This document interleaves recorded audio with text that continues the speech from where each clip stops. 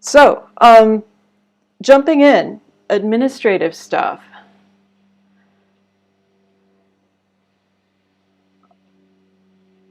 So, as you know, we're almost to the end of the course. So here's what we have left in this last week. So there's today. This is lecture 17. Like I said, we're going to talk about MapReduce. And then also we're going to start talking about the math behind replica conflict resolution. And if we finish all that today, then we'll have all of Thursday left just for answering your questions leading up to the final. And then we'll do an AMA. So anything that you want to ask me, you can ask me, whether it has to do with the course or not. I can't promise I'll answer every question, but you can certainly ask them. Friday, your 4th programming assignment will be due. And then next week, Thursday, is our final. So the final exam, you'll have 3 hours to do it at a minimum. More if you have extended time on the exam, and it'll be not that much longer than the midterm in terms of the number of questions on it. So it'll be worth 120 points as opposed to 100, which the midterm was worth, but you'll have, relatively speaking, a lot more time to do it. I don't know if y'all can hear, but my daughter is saying hello to me. Hi. She's standing outside the window. All right, so just one note about this last programming assignment. So a part of the 4th programming assignment is to do the peer assessment. So if you haven't taken a look at this form yet, this is the peer assessment form that I'm asking you all to fill out to assess your teammates' contributions to your team. Thanks to those of you who have done this already. A few of you already have. If you haven't yet, this is linked from the assignment description, and it's also linked from an announcement on Zulip. It shouldn't take you too long to fill out. So we're asking a handful of questions, which are all multiple choice questions. And we're asking you to evaluate, let me be clear, we're not asking you to evaluate your teammate as a person. We're not asking for that. We're asking you to evaluate, in the context of this particular project, what contributions did your teammate make? So, your teammate could be a lovely person or an awful person. We're not asking about that. We're asking, in this particular narrow project context, we're asking you to evaluate the contributions of your teammate. And this includes questions like, was their behavior cooperative and helpful? Did they do their share of the work? Were they actively participating in the team? Did they listen to and support others on the team?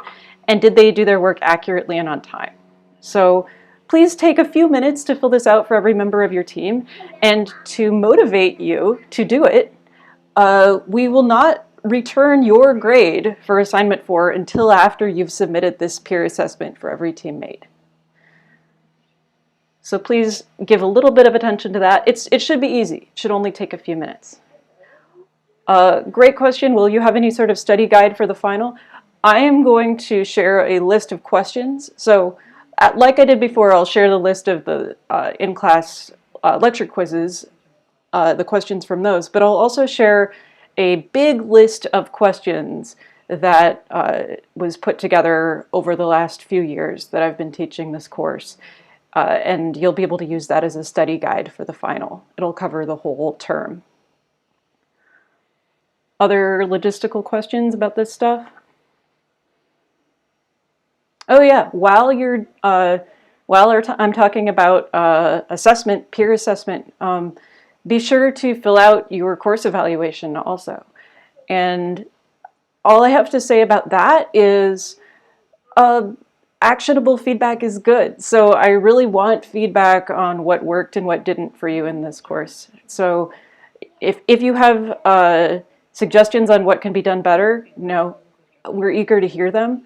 I'm hoping to get actionable feedback though. So instead of just something like, I didn't like the assignments, talk about what specifically you might not have liked and what specifically you would want done differently. And then just stuff like, there's some stuff that I obviously can't control, right? Like if you didn't like the time that the course meets, I mean, sorry, I feel for you, but that's not the sort of thing that that I have any power over. So that's not something that it's necessarily useful to talk about on the course evaluation. Talk about stuff that I actually do have control over, and then that feedback will be taken into account, and we will. And I'm planning to teach this course again in the fall. So the better feedback that you can give, the better this course will be for the next generation. All right, let's jump in. Okay, so we're going to wrap up and recap our discussion of MapReduce from last time. So, to recap from last time, somebody tell me what are the 3 phases of a MapReduce job?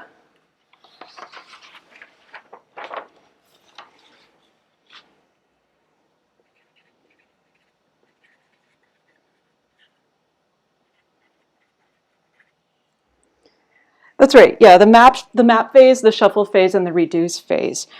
So let's recap the map phase first. So the map phase is when a programmer supplied map function runs on all the data. Here's something that we didn't really talk about last time. Can somebody tell me what the type of the map function is? That is, what is the type of its input and what is the type of its output?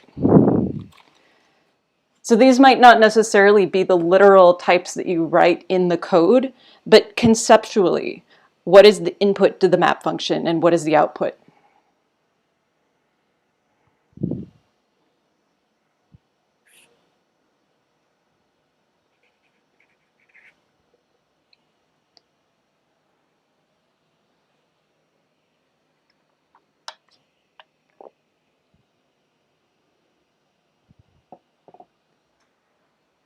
Okay, takes raw data, gives you derived data. Yeah, okay, I mean, you're not wrong, right? But in particular, what is the shape of the data that the map function operates on? So conceptually, here's the type of map. It's going to take one input key value pair.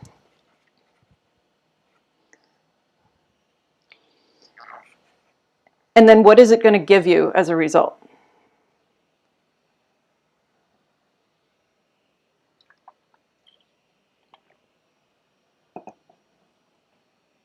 So just for example, it might be something like, if we were looking at the same example we had last time, we might have something like document 1 and then the quick brown fox, etc.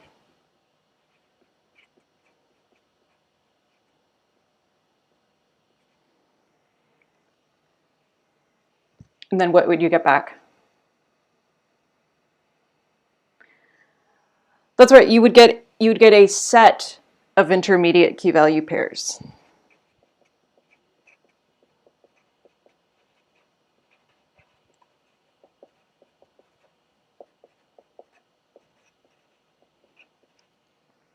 So in this case, those intermediate key value pairs, if we were doing the example from last time where we talked about creating an inverted index, it would be something like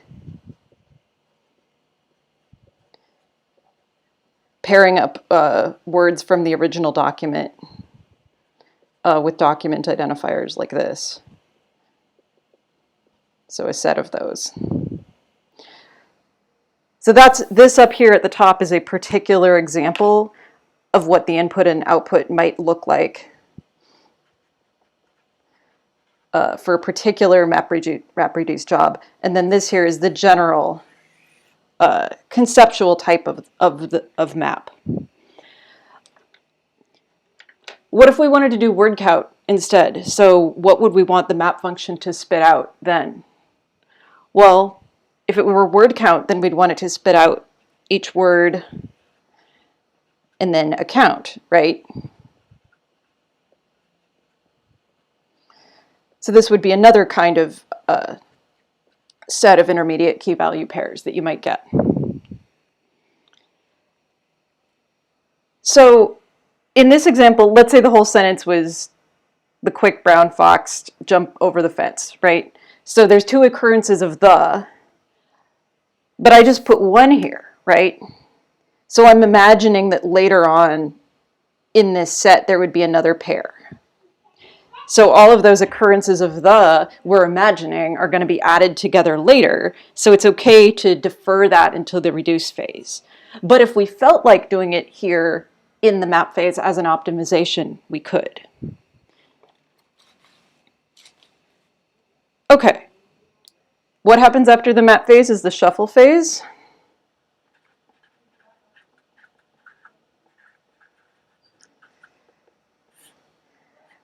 And can somebody just summarize what goes on during the shuffle phase?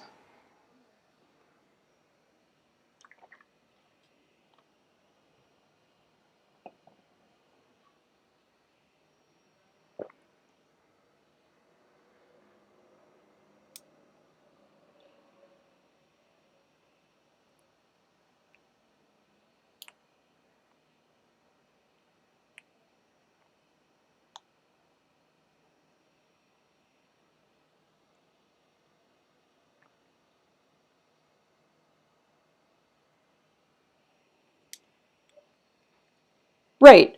Data is hashed to a node and sent there. Yeah, so that's when the data from every map worker is going to go on to the reduce worker that will process it.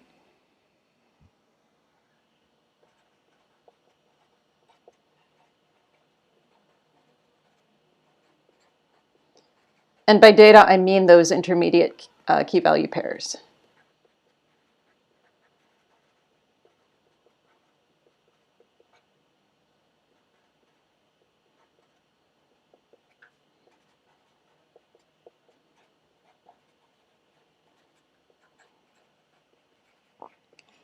How is it decided which intermediate key value pairs go on to which reduce worker? Well, that's decided by some partitioning function.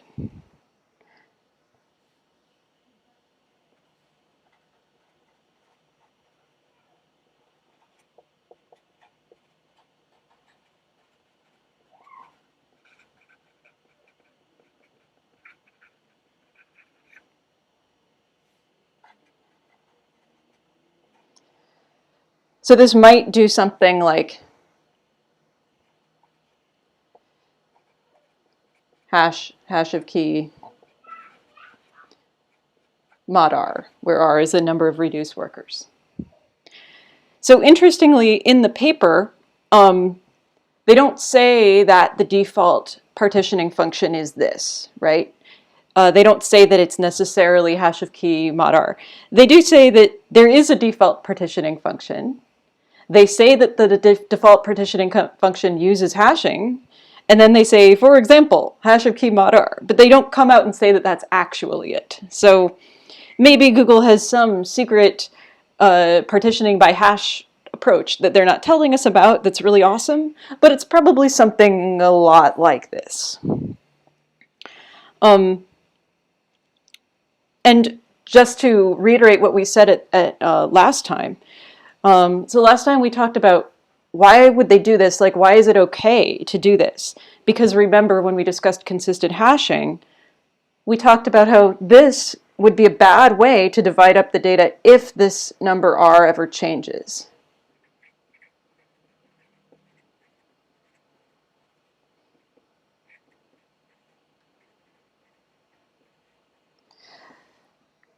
But we talked about how last time this isn't necessarily a problem for MapReduce, because in this setting, this number of reduce workers isn't something that's going to be changing dynamically, hopefully, during the MapReduce job. So it's okay. Okay, so that's the shuffle phase. After the shuffle phase, the data has gotten on to the reduce workers, and the reduce phase can occur.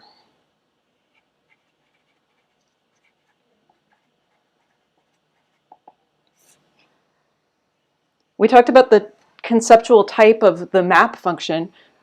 What's the conceptual type of the reduce function?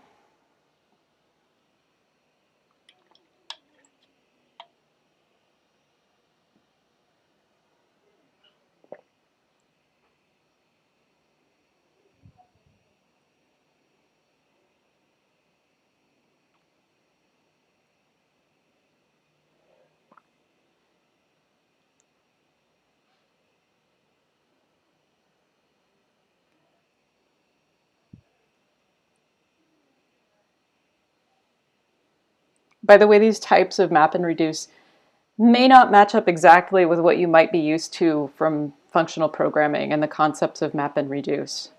So if I had a little bit more time, we could talk about that. But and in the past, I have subjected my class to a discussion of that. But I won't do that today. Instead, we'll just talk about what map and reduce mean in the context of this paper.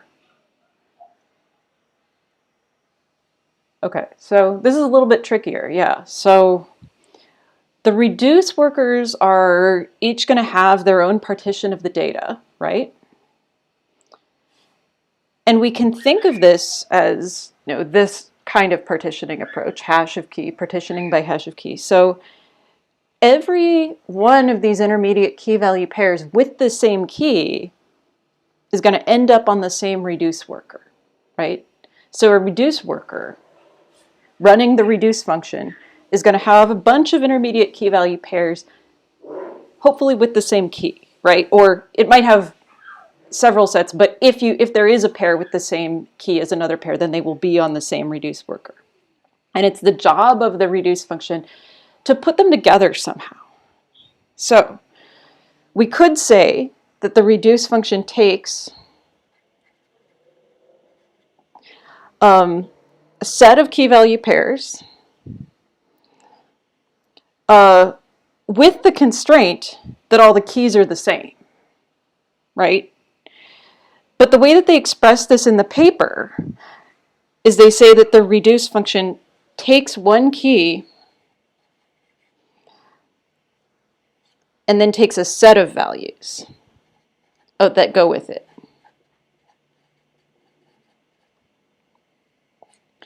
So the input to the reduce function is a particular key and then all of the values that go with that key. And this is drawn from this set of intermediate key value pairs.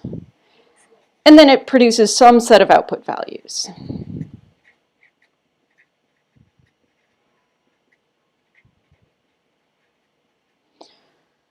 And I can't really be any more specific than that because we don't know what it's going to be. It's going to depend on the specifics of the supplied reduce computation. So somebody put in chat, write to GFS from reduce replicas, and that is indeed what the reduce workers do. They write to GFS. But what I was asking you here was kind of more like, what is the type of the reduce function? So let's see some examples. So for this inverted index example, an input to the reduce function might be something like this. It might be like dog. And then conceptually, it would be like the set of documents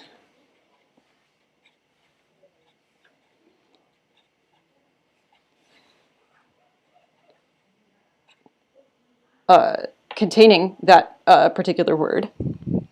And then in this case, the reduce function doesn't have to do much of anything. It just writes its output out to GFS, basically. So in this case, the output is basically going to be the same. You might recall from the paper, often the reduce function doesn't have much to do.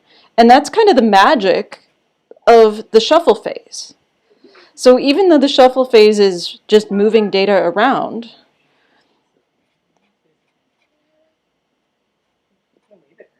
it's kind of magical in the way that it works so nicely to get the data into the right places so that there's very little to do often by the time you get to the reduce phase, depending on the particular MapReduce computation you're doing. So, you know, in practice, the way this would be implemented is like you'd pass some kind of an iterator here, and it would have to iterate through all these values and do something with them. But the thing that it does with them could be as simple as just writing them out to GFS unchanged. What if it were something like this? What if we were doing word count? Well, then you might have something like dog, and then you'd have these counts from the set of intermediate key value pairs that would be all the individual word counts that you had. So maybe one document had one occurrence of dog, another document had 3 occurrences, another one had 2, and so on. And then the role of the reduce function would be to add all those numbers together. So in this case, it might be like something like that. And that would be a count of every occurrence of dog in every document. So the reason why you might end up with something like 3 here and 2 here and something like this instead of just the number 1 is if you were doing that optimization that we talked about before with using the combine function up here during the map phase to do a little bit of the computation early. Otherwise, you would just have a list of 1s here.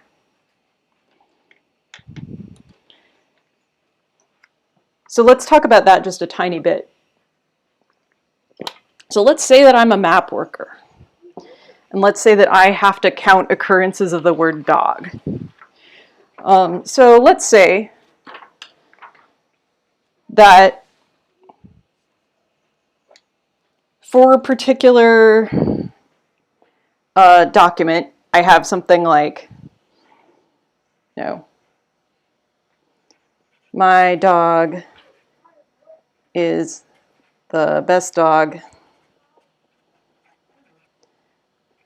and the fastest dog.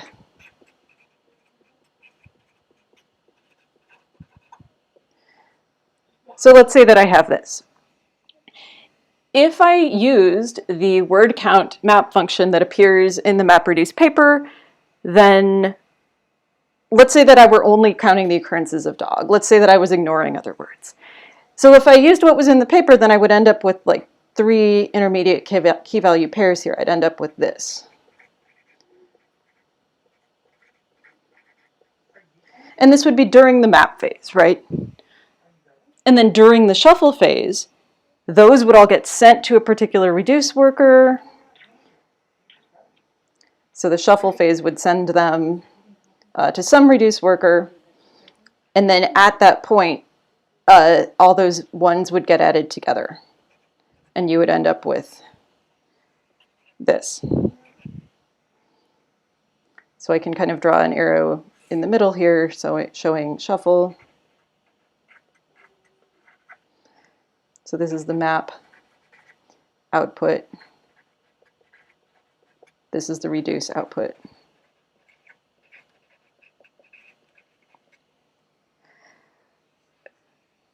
What is wrong with doing it this way?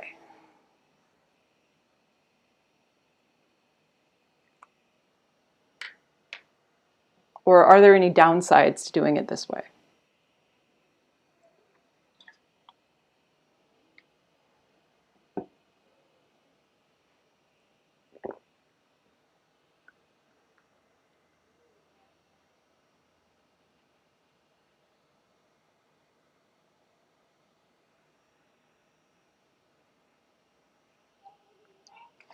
Yeah, okay. Good question. Okay, so the question is, in the shuffle phase, isn't the map information supposed to go to all reduced replicas? So in general, all of the map workers are going to have to talk to all the reduce workers because, in general, some of the intermediate key value pairs produced by a given,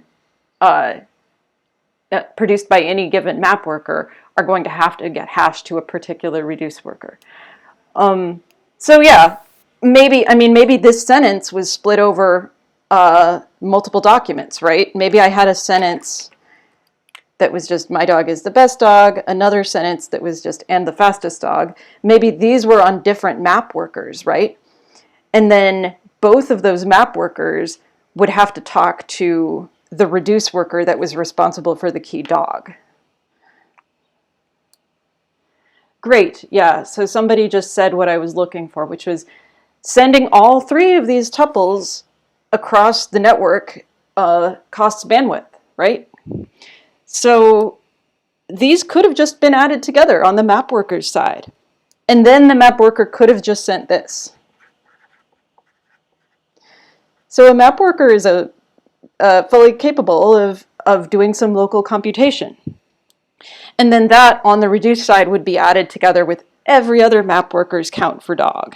So the reduce worker could still have work to do, but they'd be adding together the local counts from a bunch of the map workers instead of just adding up a whole bunch of ones. And this is the notion of using a combine function. So this would be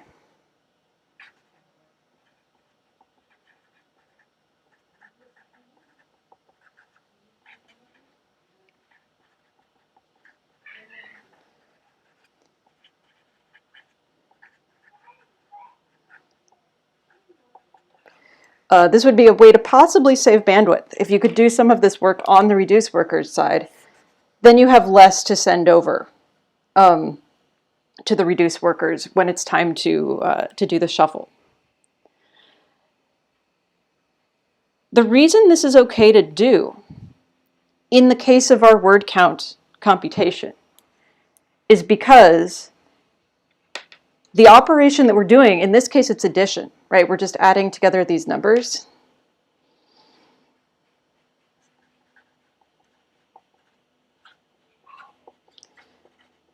This is okay to do because addition is associative.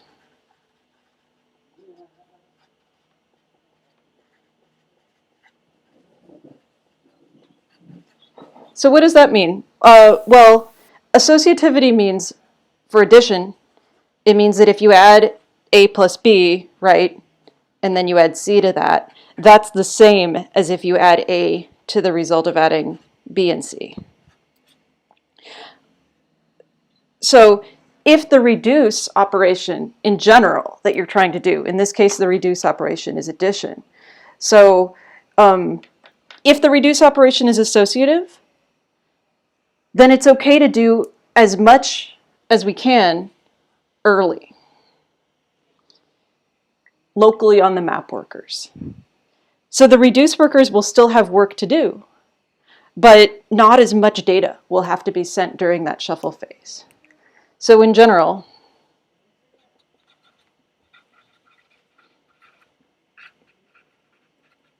if the reduce function is associative,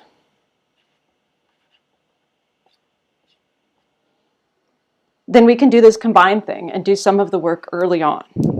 It's pretty cool. We can save bandwidth by taking advantage of this associativity property.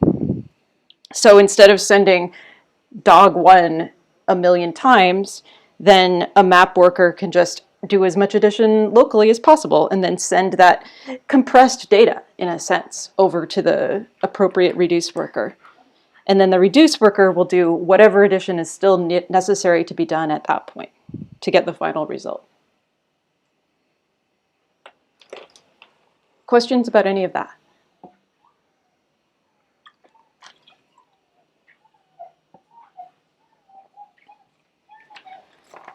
Okay, so somebody asked a good question last time, which I didn't really answer well. So I want to try to answer it a little bit better. So the question last time was, why did Google stop using MapReduce? Oh, somebody just asked, let me recap this. So somebody just asked, why does associativity matter? Well, it matters when you do the addition, right? So if the operation were not associative, right, then it wouldn't be okay for us to do it early over here on the map workers. If it weren't associative, then you might get a different result by doing some chunk of it early and then doing the rest of it later. But as it turns out, because it is associative, doing a chunk early and the rest later gives you the same result as if you were to do, as if you were to just send all of the original intermediate key value pairs over to the reduce worker for it to do all of the computation. So associativity lets you do some of the computation early on the map workers and get it over with. Make sense?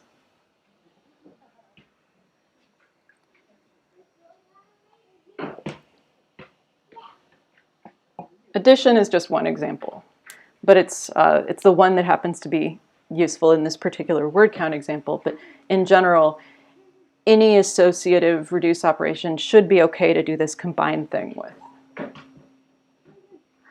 Yeah, good question. I don't have off the top of my head an example of a non-associative operation where this would break. I think, the best practice with using MapReduce is to do something associative. I only point this out because if you, for whatever reason, have a non-associative operation, then you need to be careful about how you use the MapReduce framework.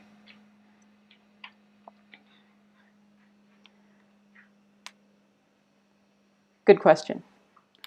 I'll try to think of a good one. Yeah, somebody has an example in chat about finding an average. Yeah, good one. Yeah, like averaging things over here. Yeah, anytime you're taking averages of averages, you could end up with something yucky. Yeah, you're exactly right. Yeah, so a non-associative operation. Okay, so you're asking, why would a non-associative operation ever be okay? Because wouldn't that mess things up over here? Well, as long as, let's say that you are doing a non-associative operation. Well, as long as all of the intermediate key value pairs with the same key get sent to the same reduce worker, and those reduce workers are deterministic computers, right? Then you should get the same result, right? Because so the assumption is that a given reduce worker is given the same input, is going to do the same computation on the same input. The issue would be if you did some pre-computation on some of the map workers beforehand, then that would be a different input. So then you couldn't necessarily expect the same output from a different input if the operation were not associative. Yeah, and this has interesting implications, right, for the ability to stream data, right? Like it would be kind of nice to be able to do computation in advance. So I'm sure this is something that comes up more when you talk about streaming systems. All right, so I want to talk a little bit about the question that somebody asked at the end of last time, which I didn't really have a great answer to off the top of my head, which is, why doesn't Google do MapReduce anymore? So I sort of hand waved and said, well, they still do. So MapReduce at Google didn't so much go away as get generalized. So you can look up, if you want to, a paper that came out in 2010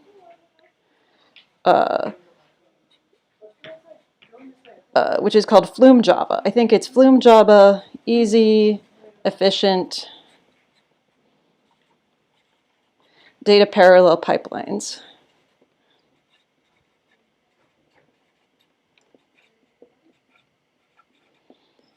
And this is about the Flume system, which kind of generalizes MapReduce. And as far as I know, it's still in use at Google. And this, yeah, let me put a date on there. So this was something like 2010. So why did Flume become necessary? Well, we talked about how with MapReduce, you can do anything you want with MapReduce as long as it fits into this particular structure of map phase, shuffle phase, reduce phase. And after the reduce phase, everything gets written out to storage, to GFS in the case of MapReduce. So this works great if the computation that you have to do fits nicely into that particular structure. But some computations are harder than others to kind of shoehorn into that structure. And what you end up having to do is have a sort of series of MapReduce computations in order to compute what you actually want to compute. So what you might end up doing is have like a MapReduce job that then produces input to another MapReduce job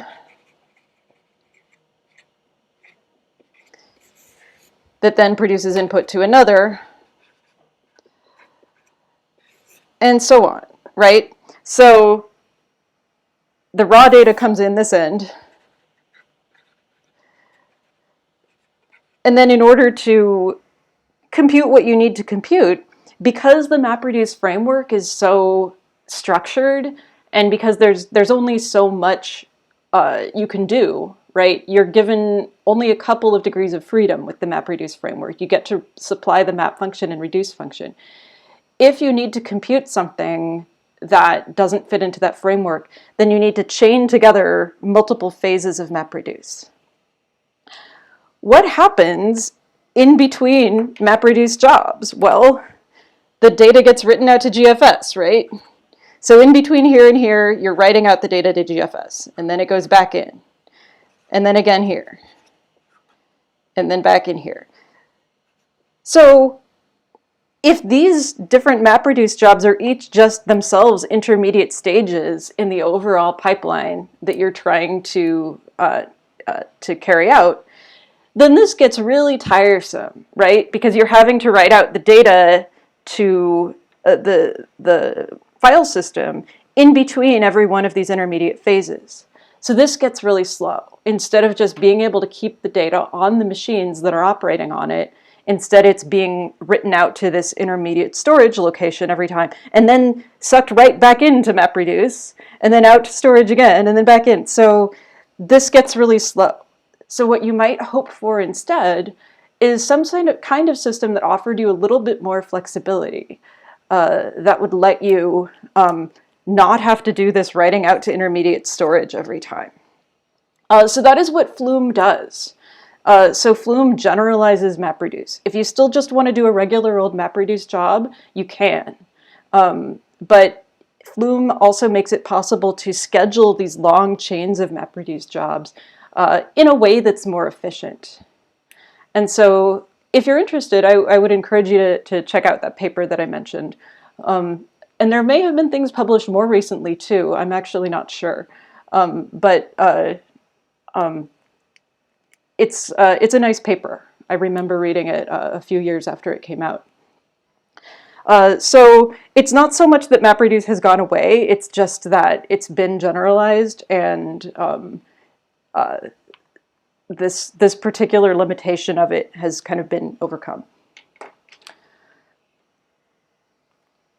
Okay, that's about all I have to say about MapReduce. Yeah, interesting conversation going on in the chat about possible non-associative operations. All right, next thing I want to talk about.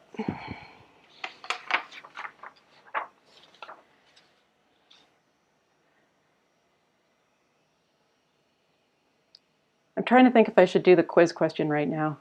Yeah, let's go ahead and do our quiz before I move on to the next topic.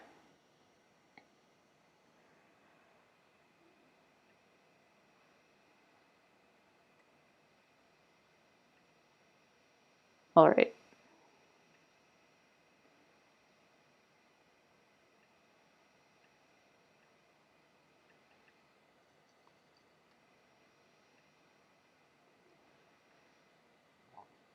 Yeah, let's take our 10-minute break now, slightly earlier than usual. And I will see you again at 4:10.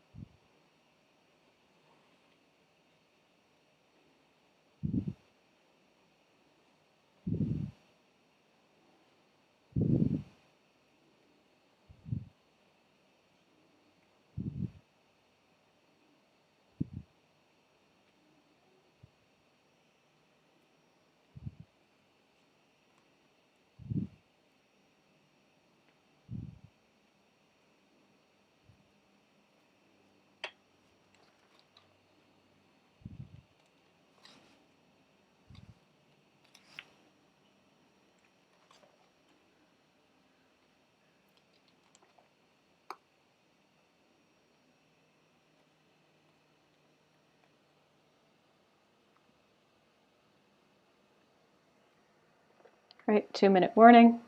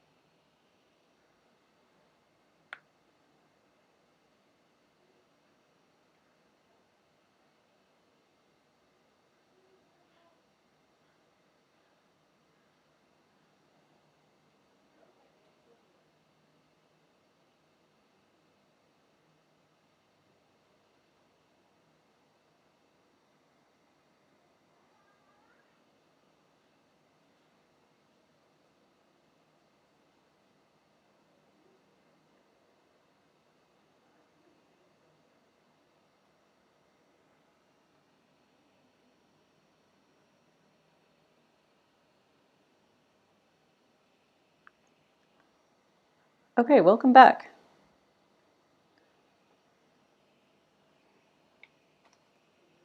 All right, so I want to talk about something different. I'm going to talk about the math behind replica conflict resolution, but before I do that, I want to talk about consensus for just a moment to set the stage. In particular, I want to talk about the cost of consensus. So this is something that we might have discussed a while ago, but I want to cover it in more depth. So in this course, we've obviously spent a lot of time talking about replica consistency, right? We've talked about the problem of keeping replicas consistent. So quite often the situation is that you have some number of replicas. Let's just say 2 like this to keep it simple. And you have updates coming in, or you have some sort of messages arriving at these replicas that causes some kind of a change in state. And let's say that both of these replicas can receive updates, just like with the key value store that you've implemented. Any replica can receive and deliver updates. At least that's what you were supposed to implement. So this is a scenario where there's no leader. We aren't doing primary backup or anything like that. Neither replica is special. So updates could come in here. Maybe this replica could get a message saying A, and this one could get a message saying B. In this kind of a scenario, if we want strong consistency, what are our options? Well, we could use a consensus protocol to decide where to slot in every event as it arrives. So let's say we have something like this where replica 1 receives this update A, and replica 2 receives this update B. Well, then we could run consensus, right? Maybe we have Paxos. So maybe over here we have some acceptors, right? So maybe R1 is acting as a proposer, and it can say, I propose that we put event A in slot 1. And meanwhile, replica 2 might be saying, I propose that we put event B in slot 1. Well, one of those will win, right? Either that or the Paxos algorithm won't terminate, and then in which case there might be some timeout and you'd have to start over. But we know that it won't end with these 2 replicas having different things in slot 1. That's the agreement part of those properties of agreement, validity, and termination. Okay, so let's say that these 2 replicas are trying to decide what goes into slots. Maybe it would look something like this. Maybe replica 1 is saying, well, I want to propose that A goes in. Well, first it has to send a prepare message, right? So it's going to send its prepare message over here to a majority of acceptors, and then it has to hear back. And meanwhile, B is also sending its prepare message. Maybe it's sending them here. So maybe these got ignored, right? Because these got responded to. So maybe these 2 got ignored.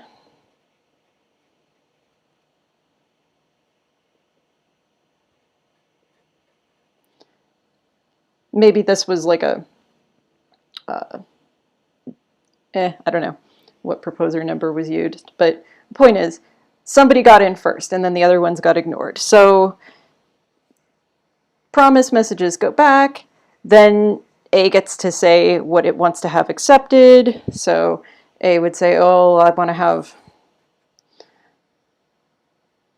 my message A going in slot 1, so it'll send that out. Then it'll get a response there. And then that information is also going to get broadcast to B, because B is a learner in this case. So look at all these messages.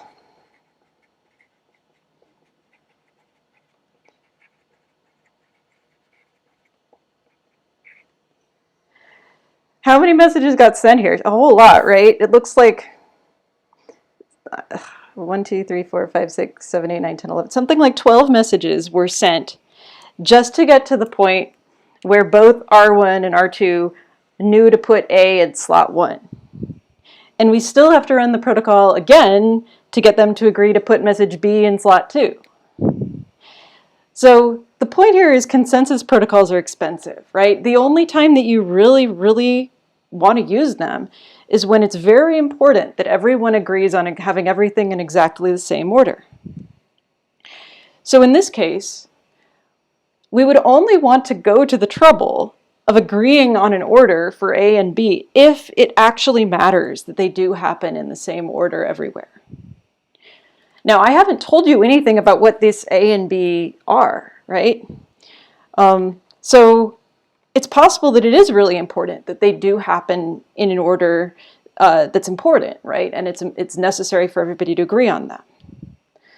So quite often in this class, we've talked about events or messages without talking about the content of those events or messages. So most of the time, like when we're talking about things like Paxos, when we're talking about deciding on the order in which these events go, we don't need to know anything about what those events do in order for Paxos to make that decision, right? The algorithm doesn't care. Likewise, when we talked about causal broadcast, it's deciding whether to delay or deliver a message based on the causal metadata attached to that message. The causal broadcast algorithm doesn't care about the actual content of the message. It only cares about that causal metadata. It doesn't care if those messages are checking your account balance or launching rockets or whatever. And Paxos doesn't care about what these events A and B are.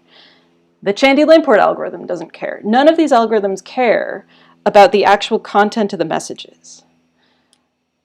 So, in fact, because these algorithms are so general and they have to work regardless of the content of the messages or the content of the events, it wouldn't make any sense for these algorithms to sort of look inside these messages and look at the message contents. What could they even do, right?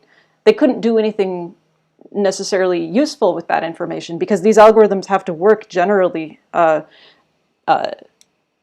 with any kind of messages. But for you, as a human being who's developing applications that might be interacting with this replicated system, well, you know what your messages say, you know what your messages mean, and you know what application-specific properties you need to enforce and which ones you don't care about, right? So to come back to our standard example, right? What if R1 and R2 are copies of a shopping cart?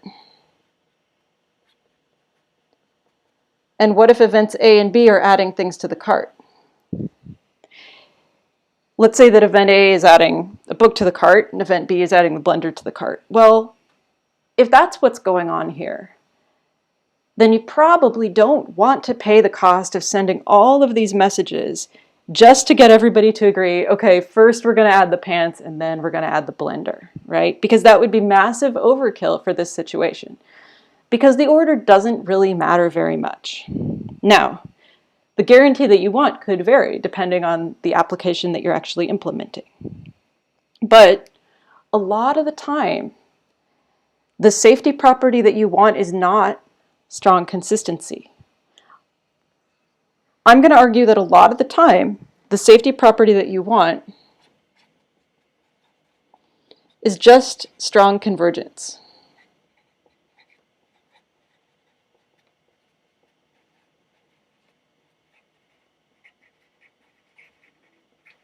Not strong consistency.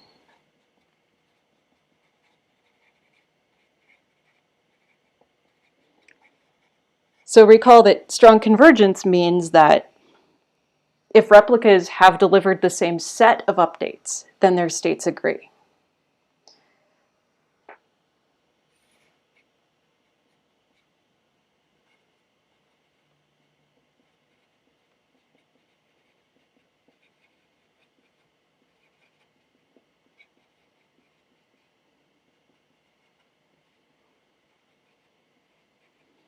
The same set in any order.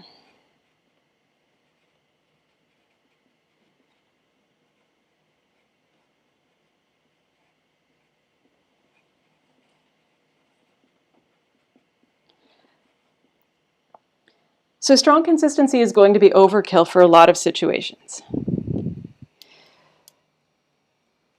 So if you need this property, then your life gets a lot easier, right? You don't have to make sure that people get the same updates in the same order. You just need to make sure that if a replica gets a certain set of updates in a certain order, then its state is going to be the same as the state of another replica who might have gotten the same set of updates in different order. That might still be a challenge, but it's a heck of a lot easier than making sure that everybody gets all the updates in exactly the same order. Okay, so if we have replicas representing shopping carts, and if we have events that are adding items to carts, then to have replicas agree, we just want to make sure that the same set of events shows up at every replica in some order, right? And then if we have strong convergence, right, that tells us that the replicas will agree at the moment that they've gotten the same set of updates. So that's shopping carts. But what is the general principle here? The general principle, we know what to do for shopping carts, but how do we generalize that? So for this, we need to add a little bit of math, but it's math that you've seen already, or at least most of it is.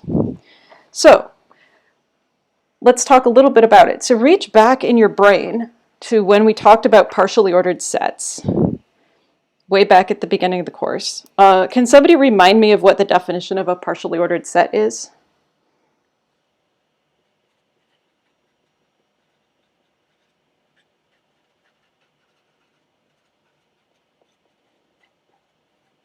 Or a poset for short, as some people call it.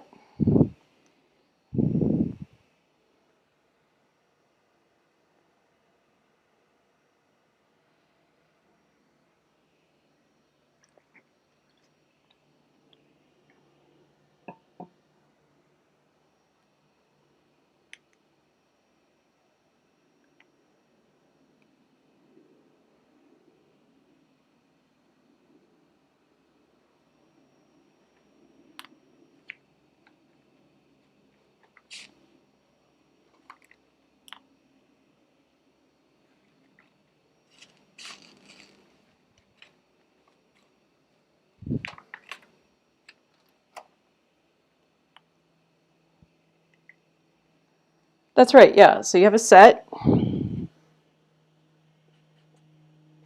call it S, together with a binary relation.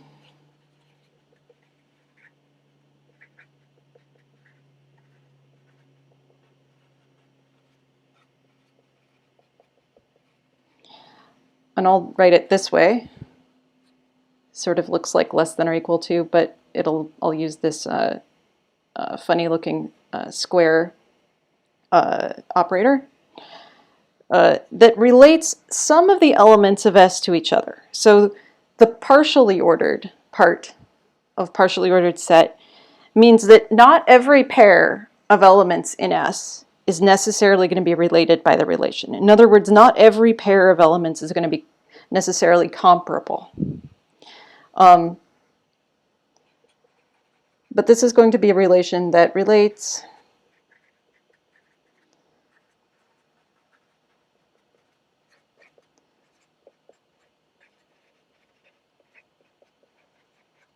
elements of S to each other. And in a partial order, there are some axioms that have to hold for this relation.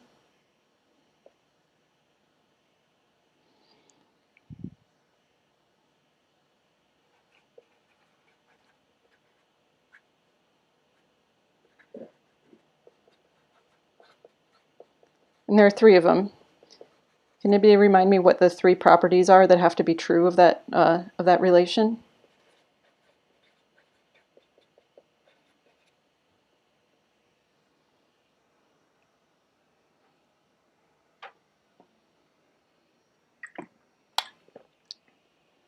Yeah, that's right.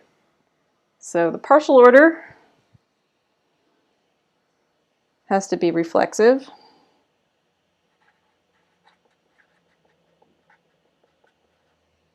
So this means for all the elements of S,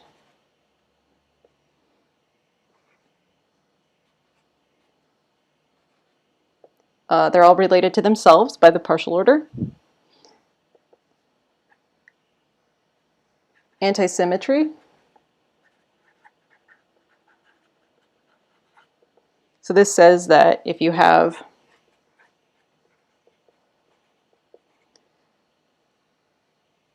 a couple of elements of S,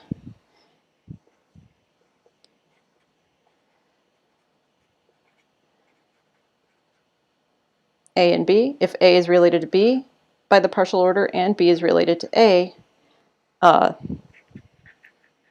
then they're the same.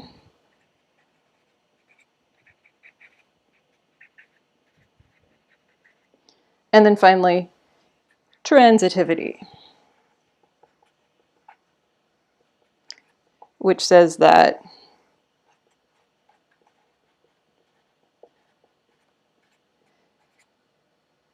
for all elements of S, A, B, and C, if you have A related to B and B related to C,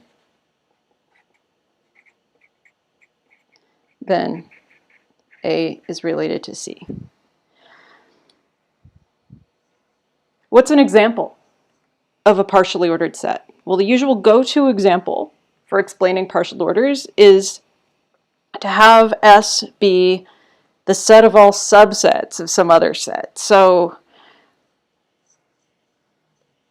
if we're talking about items in our online store, like, books and blenders and pants, then we could talk about the set of all subsets of that set. So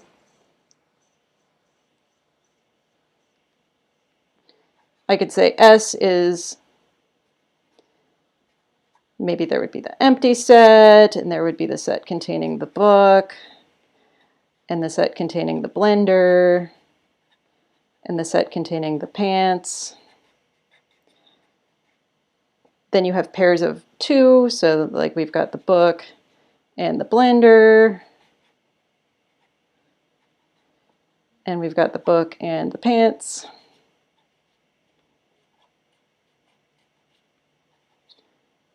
I hope you like my art. What else do we need?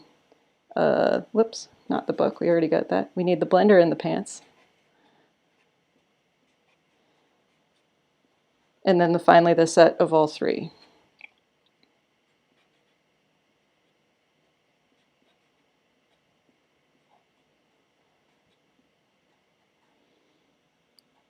So that's S. It's got 8 elements, all of the subsets of this set. And the relation, so if that's S, now we need to talk about the binary relation.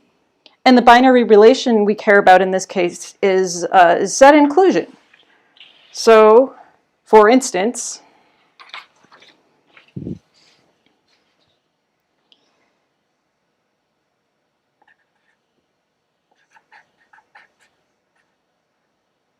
this set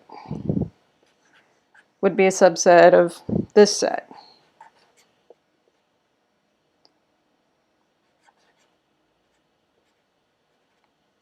So this would be two elements of S that are in fact related by the binary relation.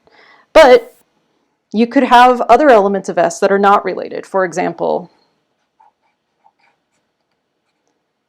the set containing just the pants is not a subset of the set containing just the blender, and nor is the set containing just the blender a subset of the set containing just the pants. So this is a partial order rather than a total order, because there are some pairs of elements of S that are not related by this ordering relation. Okay, this is all review so far, but now we have the pieces in place to be able to talk about something new.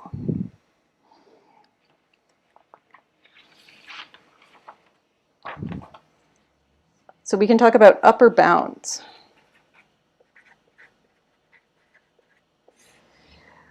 We can pick out any two elements of our set S, and we can ask which elements of S are at least as big as both of those, according to the ordering relation.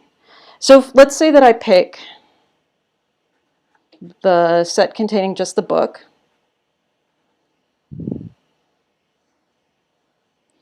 and I pick the set containing just the pants.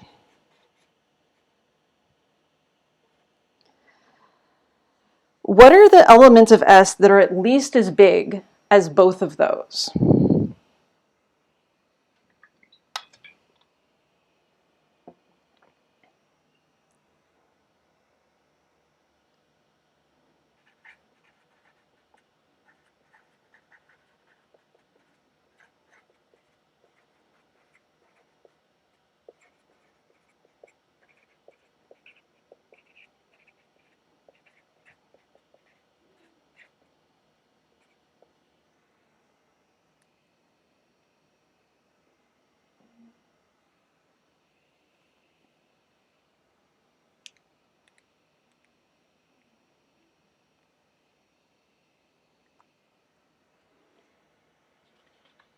So here again is the entire set S.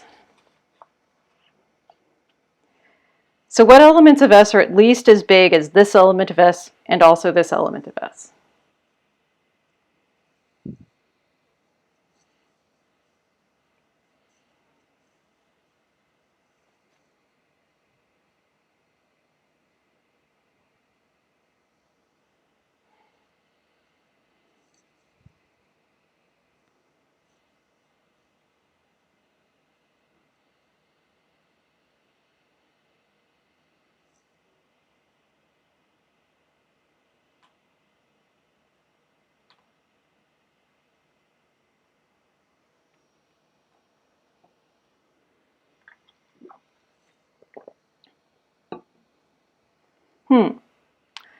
Somebody says just the mug. Okay, so maybe there's a misunderstanding, because what we're looking for are elements of S that are bigger according to this binary relation here. So here we said that the pants are less than this set containing the pants and the blender, which probably looks a little bit more like a mug.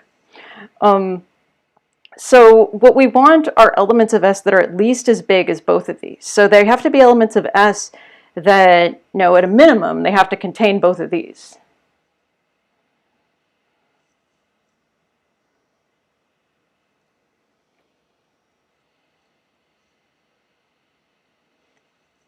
And when we say as big as, we mean according to this relation. So I didn't write out the whole definition of our set inclusion relation, but I'm hoping that it's fairly intuitive. Okay, yeah, so the set with the mug and the pants? Well, that's not at least as big as both of these, because, oh, maybe you couldn't tell what this is a picture of. This is supposed to be a picture of the book. So elements of S that are at least as big as both of these include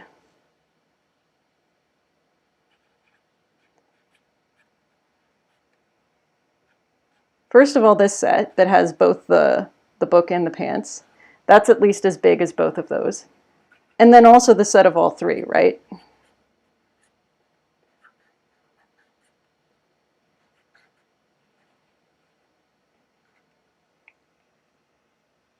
Right. So somebody just said it in chat. Yeah. So these are called upper bounds.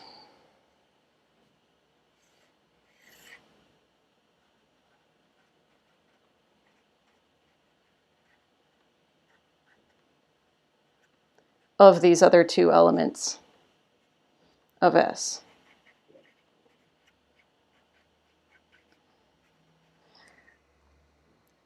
So here's the definition. Given a partially ordered set,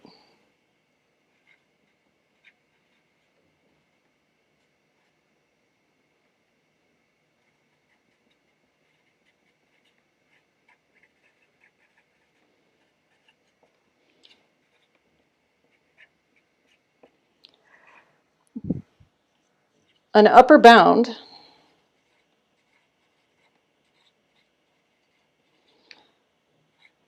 of a particular pair of elements in S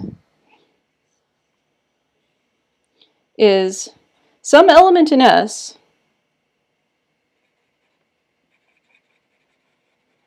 call it U, such that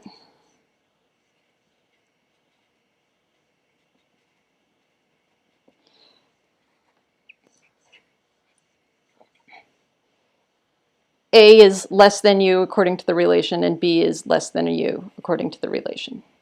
Or you can pronounce it less than or equal to. So a given pair of elements in S might have many upper bounds.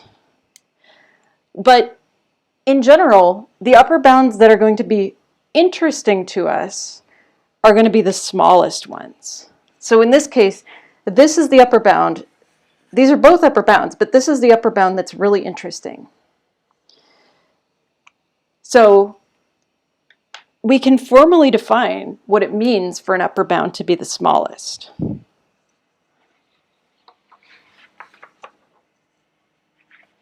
So we can say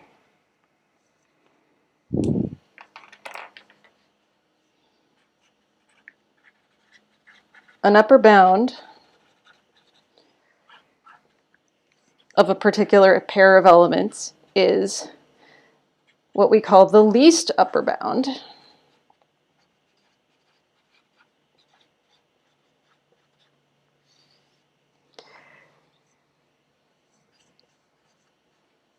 or LUB for short, or sometimes called the join, if, well, let's call it U here, an upper bound U, if U is less than or equal to V for each upper bound V of A and B.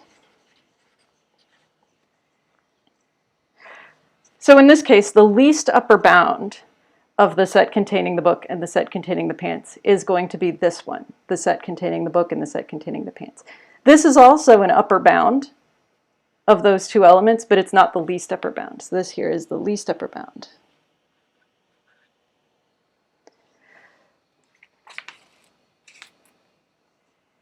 In this partially ordered set that we've been talking about, let me ask you this. Do every two elements have a least upper bound?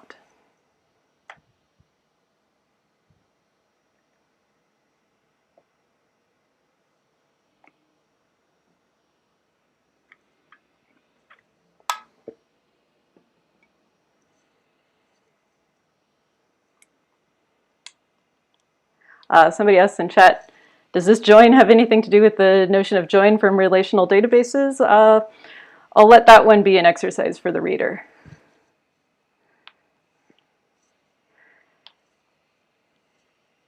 All right, so in our set S, which is the set of all subsets of this of this set of book, pants, and blender. Do every two elements have a least upper bound?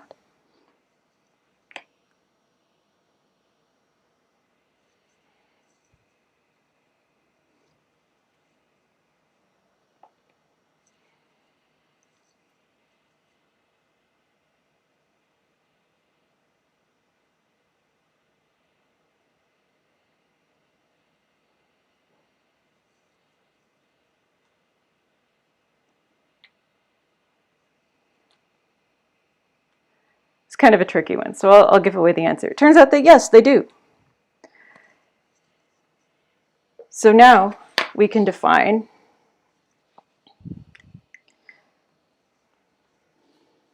a partially ordered set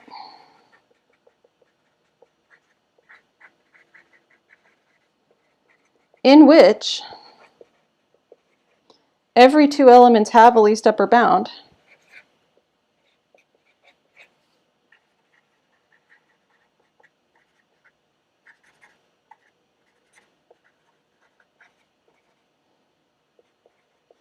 has a fancy name.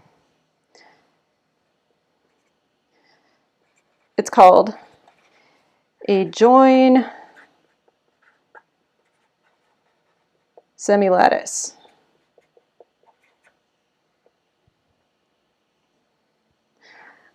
A lot of partially ordered sets turn out to be join-semilattices.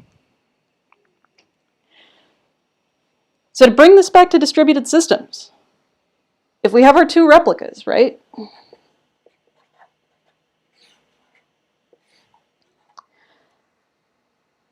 And we have a couple of clients.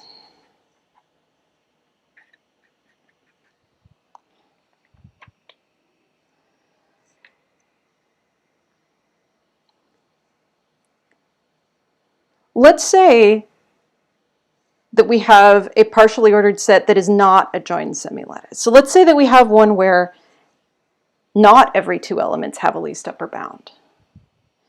It's actually a little bit tricky to think of one, but I have an example in mind. So here's one. So let's say that you have a register that can be either empty or it could be filled in with either true or false.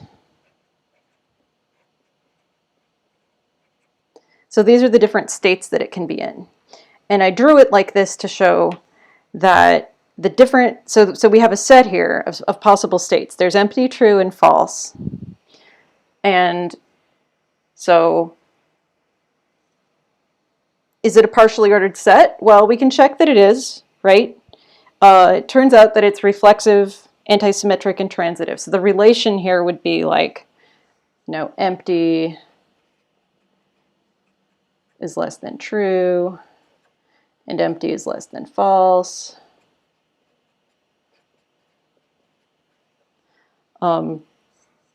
True is less than or equal to true, false is less than or equal to false, empty is less than or equal to empty. So it's reflexive. So it ends up being a partially ordered set, but it's not a joined semilattice because these two elements, true and false, don't have a least upper bound. So in our example, if these are our clients,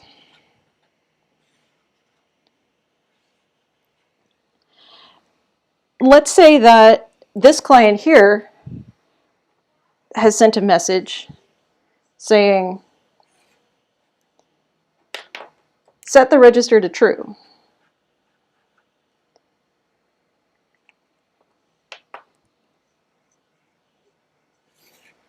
And maybe this one has sent a message saying, set the register to false.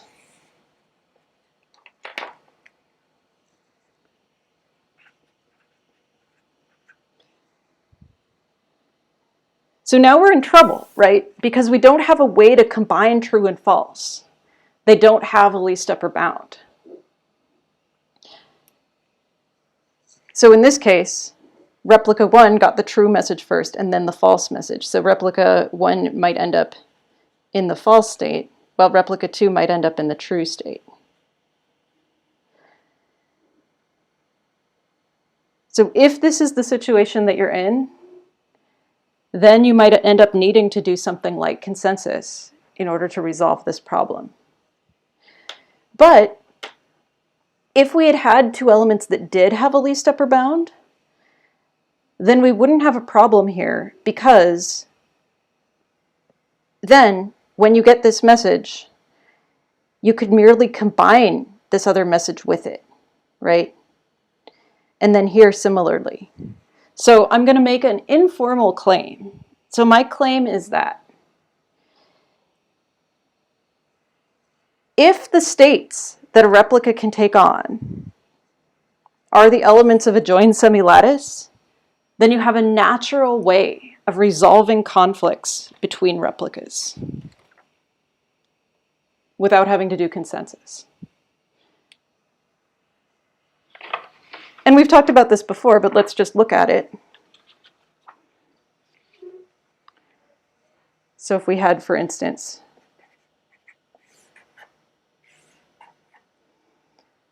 our situation where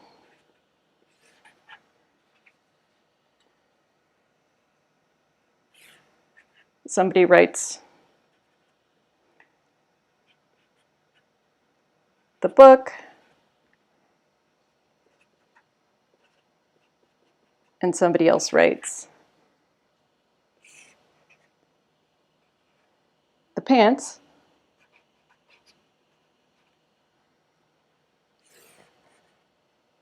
like so, then when these updates arrive, they don't have to clobber each other. Instead, the replicas can build on the state that they have. So replica 1 here can merge together the result of this write and the result of this write to get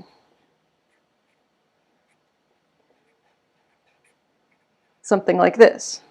And similarly here.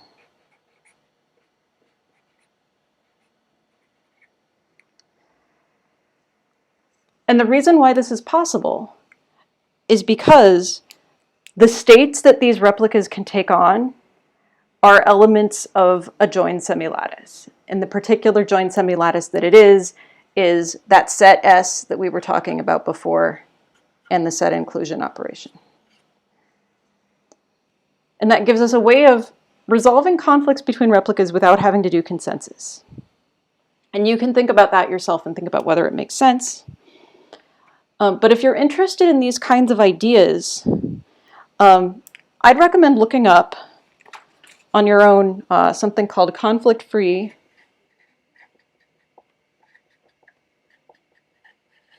replicated data types.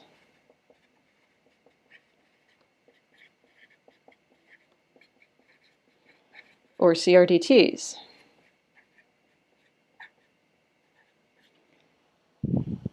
So Crdts are data structures that are designed for replication. The particular flavor of Crdts that I've been showing here are something called state-based Crdts. So this is a state-based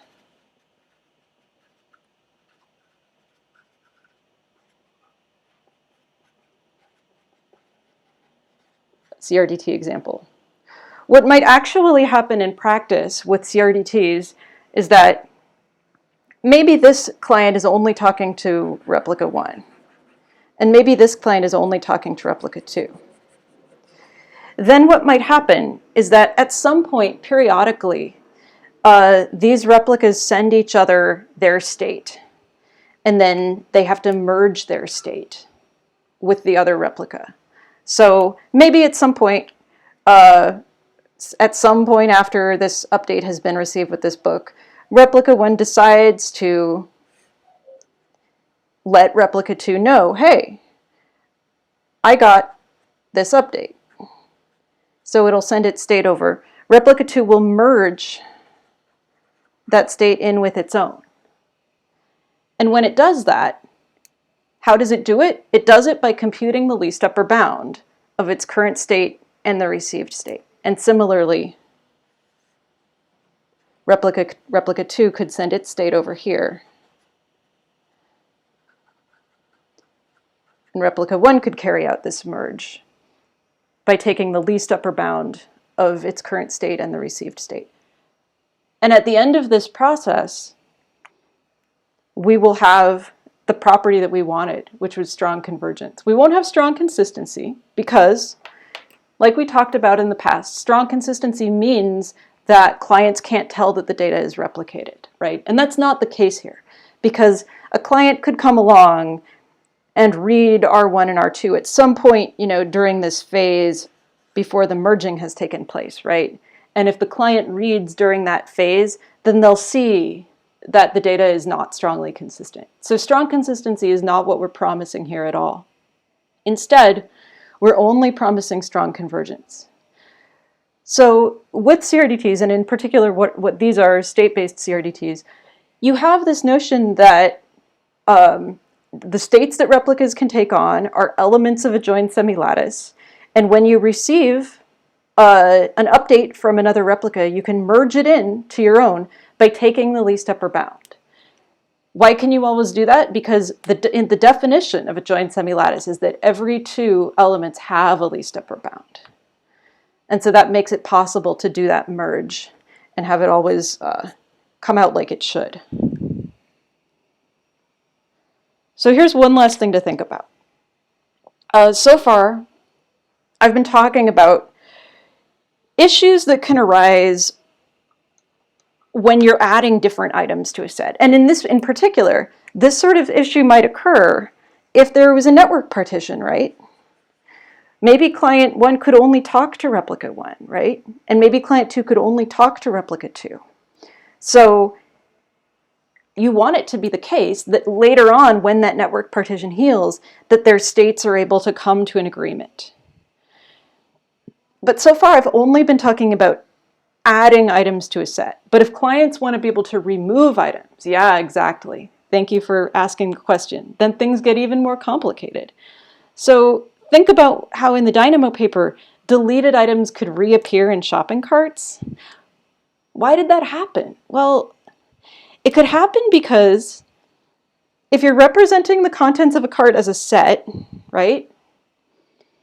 And the conflict resolution is going to take the set union of multiple versions of the cart. Maybe an item has been deleted from somebody's copy, but it hasn't been deleted from somebody else's copy yet. If that delete hasn't propagated everywhere yet, then the item could reappear when that older replica gets unioned together with the newer one. If anybody out there still had the old copy, then it's going to end up in that union, right? Well, it turns out there are some tricks for handling this, and the CRDT people came up with some of them. So this is work that happened. The original paper on this came out in 2011, which you'll note is a few years after Dynamo. And then there kind of a lot more work in this space has happened over the last 10 years. So what are some of the tricks that you can do to deal with removing things? In general, the problem of deletion is tricky. So one of those tricks is to separately keep track of everything that's been deleted, right? So then you essentially need two sets, right? You need one to keep track of everything that's been added, and then you need another set to keep track of everything that's been deleted. And then when you have to sync up replicas, you have to take the union of the sets of items that have been added and take the union of the sets of items that have been deleted. So the merge needs to be a little bit more sophisticated in that case. So this helps, but it doesn't actually solve all your problems, right? Because, like, let's say, what if you add something and then you delete it and then you add it again? Well,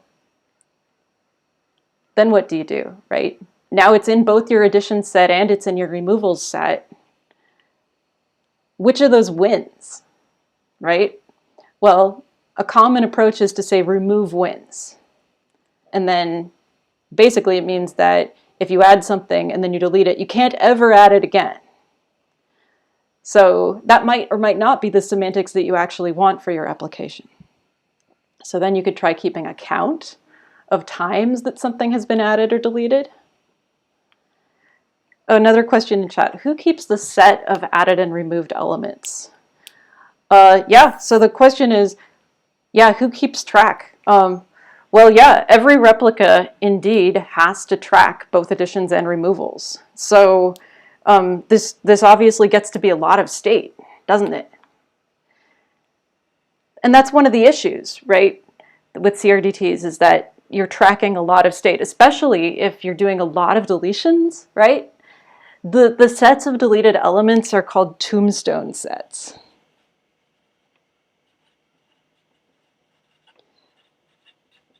Because they're like markers for, you know, RIP, this element of the set, right?